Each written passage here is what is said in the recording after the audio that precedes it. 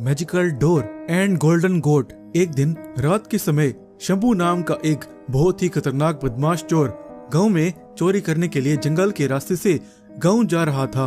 वो ऐसे कुछ ही आगे पहुंचता है तो वहीं उसके सामने बहुत तेज रोशनी होने लगती है और वहां एक बहुत ही खतरनाक एक शैतानी जादूगर प्रकट होता है। वो जादूगर बहुत ही ज्यादा गुस्से में था और किसी चीज को ढूंढ रहा था। ए मानव, तुम्हें मेरी एक चीज को ढूंढने में मदद करनी होगी।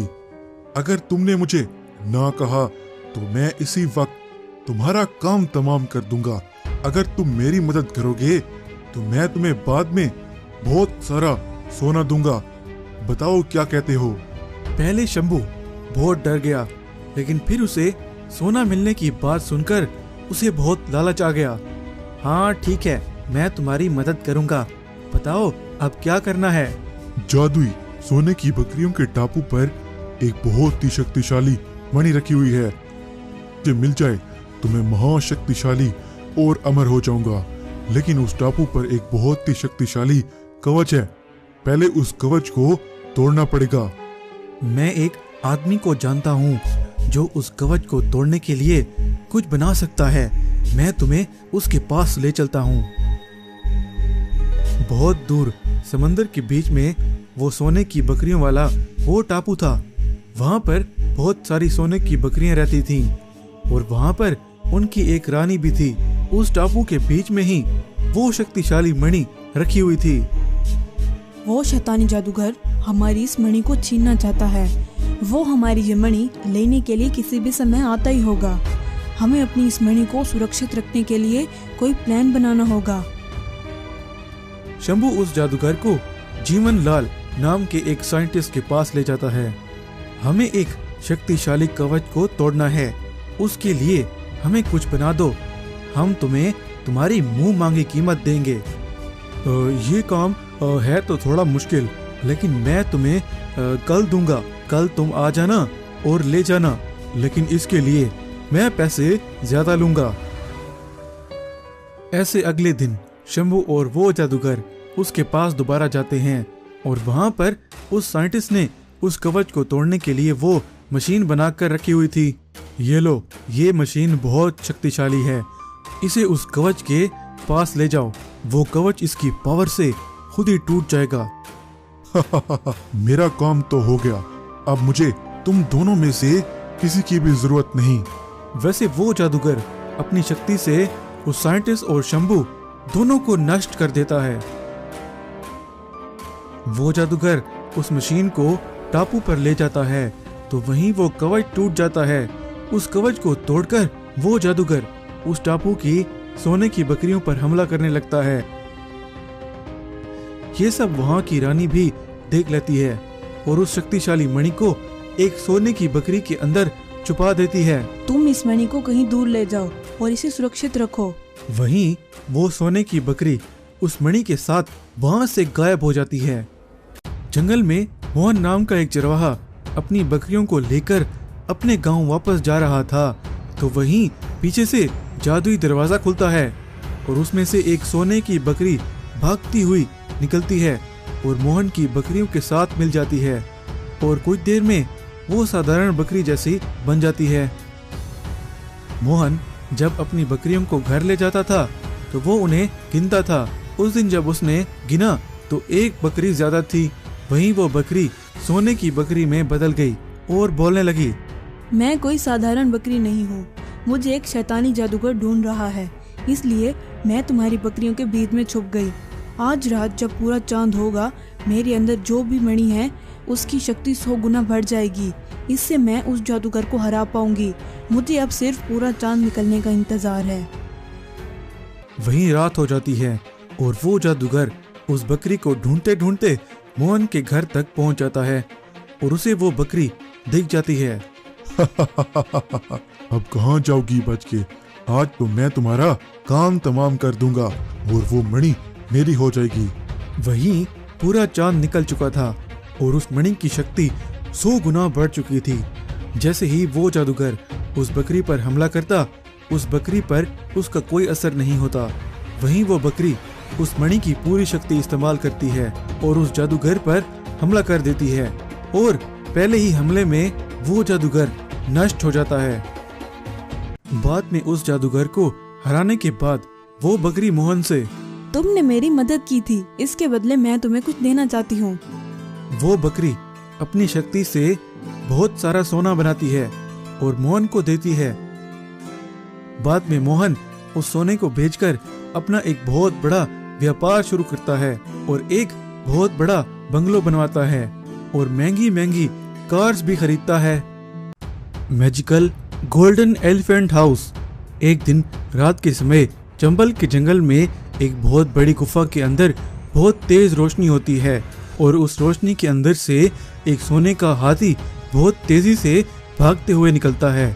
कुछ दूर जाते ही वो हाथी सोने के हाथी से एक साधारण हाथी में बदल जाता है और जंगल की तरफ चला जाता है। वहीं कुछ देर बाद उस गुफा की रोशनी से एक बहुत ही खतरनाक शैतानी दानव निकलता है। वो सोने का हाथी फिर से बच के निकल गया। मुझे उस सोने के हाथी को पूरा चांद निकलने से पहले ढूंढना होगा।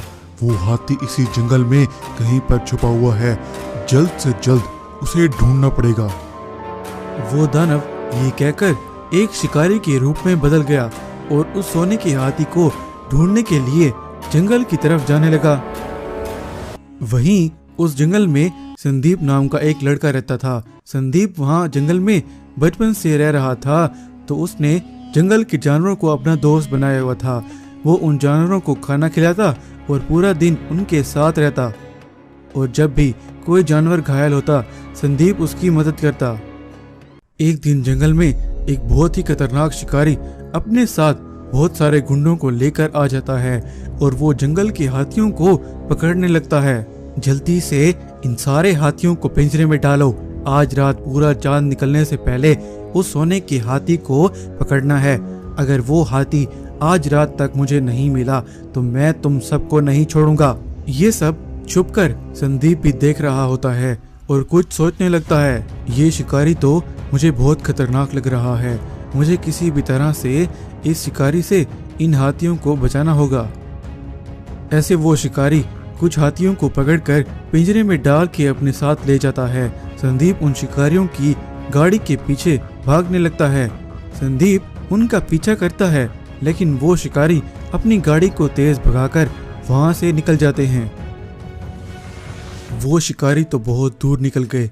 अब मैं उन बेचारे हाथियों को कैसे बचाऊंगा?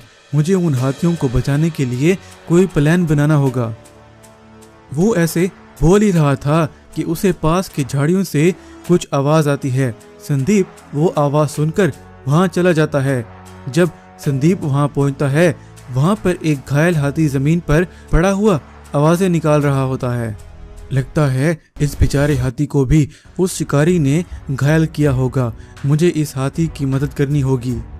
वहीं वो घायल हाथी चमकने लगता है और ठीक होकर एक सोने के हाथी में बदल जाता है और वो हाथी बोलने लगता है, मैं कोई साधारण हाथी नहीं हूँ। मैं जादुई नगरी का एक जादुई सोने का हाथी हूँ। और वो शिकारी भी कोई इंसान नहीं था। वो एक बहुत ही खतरनाक शैतानी दानव था। उसने इंसान जैसा रूप लिया हुआ था और वो मुझे ढूंढ रहा है और वो मुझे मारकर मेरी शक्ति से अमर होना चाहता है। मैं इस जंगल में बचपन से रह रहा हूँ, लेकिन मैंने आज तक तुम्हारे जैसा हाथी नहीं देखा। तुम उस दानव से भाग क्यों रहे हो? तुम्हारे पास भी तो शक्तियाँ हैं। उन शक्तियों का इस्तेमाल करके उस दानव को नष्ट कर दो। उस दानव ने जादुई नगरी का दरवाजा नष्ट कर दिया है, जिससे मैं वापस अपनी दुनिया में नहीं जा सका। यहाँ धरती लोक पर मेरी शक्तियाँ काम नहीं करती हैं, इसीलिए उस दानव से छुप रहा हूँ। लेकिन उस दानव को नष्ट करने का कोई तो तरीका होगा। उस दानव को सिर्फ नागलोक की एक जादुई तलवार से मारा जा सकता है, लेकिन उस तलवार तक पहुंचना इतना आसान नहीं होगा। उस तलवार की रक्षा एक बहुत बड़ा नाग कर रहा है। ऐसे संदीप और वो सोने का हाथी उस तलवार को लेने का एक प्लान बनाते हैं और उस तलवार को लाने के लिए निकल पड़ते हैं। वो हाथी और संदीप दोनों उसी जगह पर पहुंच जाते हैं जहां पर वो जादुई तलवार रखी हुई थी। वहां पर वो बड़ा नाग भी था। संदीप ने उस नाग को सारी बात बताई, जो जो हुआ। अच्छा ठीक है, मैं तुम्हें ये तलवार ले जाने दूंगा, लेकिन मेरी एक शर्त है। तुम ये तलवार ले जाओ, लेकिन ये सोने का हाथी यहीं रहेगा जब तक तुम मेरी तलवार मुझे वापस नहीं लौटाते। अगर तुमने मुझे मेरी तलवार कल से पहले नहीं लौटाई तो मैं इस सोने के हाथी को मार दूंगा। संदीप उस नाग की शर्त मानकर उससे वो तलवार ले आता है और वो उस शिकारी को ढूंढने लगता है। वो ऐसे कुछ ही दूर जाता है तो उसे वो शिकारी नजर आ जाता है। उस शिकारी ने बहुत सारे हाथियों को पिंजरे में बंद किया हुआ था। वो शिकारी संदीप को देख लेता है और उस नागलोक की तलवार को भी। ये नागलोक की तलवार इसके पास कैसे आई? मुझे लगता है ये यहाँ मुझे मारने आया है। इस लड़के को मजा चखाना पड़ेगा। वो शिकारी एक बहुत ही खतरनाक दानव में बदल जाता है और संदीप पर अपनी शक्ति से हमला कर देता है। लेकिन वो नागलोक की तलवार बहुत शक्तिशाली थी।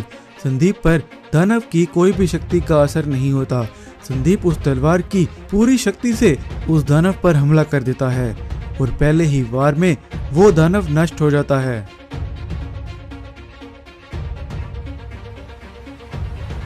उस दानव को नष्ट करने के बाद वो नागलोक की तलवार गायब होके उस बड़े नाग के पास पहुंच जाती है और वहीं पर एक गोल्डन एलिफेंट हाउस प्रकट होता है और उसके अंदर से वो सोने का हाथी भी निकलता है। वो हाथी वहां पिंजरे में कैद हुए हाथियों को आजाद करता है। वहां खड़े सारे हाथियों को सोने के हाथियों में बदल देता है। बाद में वो सारे हाथी उस गोल्डन एलिफेंट हाउस के अंदर चले जाते हैं और वो गोल्डन एलिफेंट हाउस वहां से गायब हो जाता है। ऐसे एक दिन संदीप अपने घर में बैठा था तो वहीं बहुत तेज रोशनी हुई और बहुत सारा सोना प्रकट हुआ। संदीप उस सोने को देखकर बहुत खुश हो गया।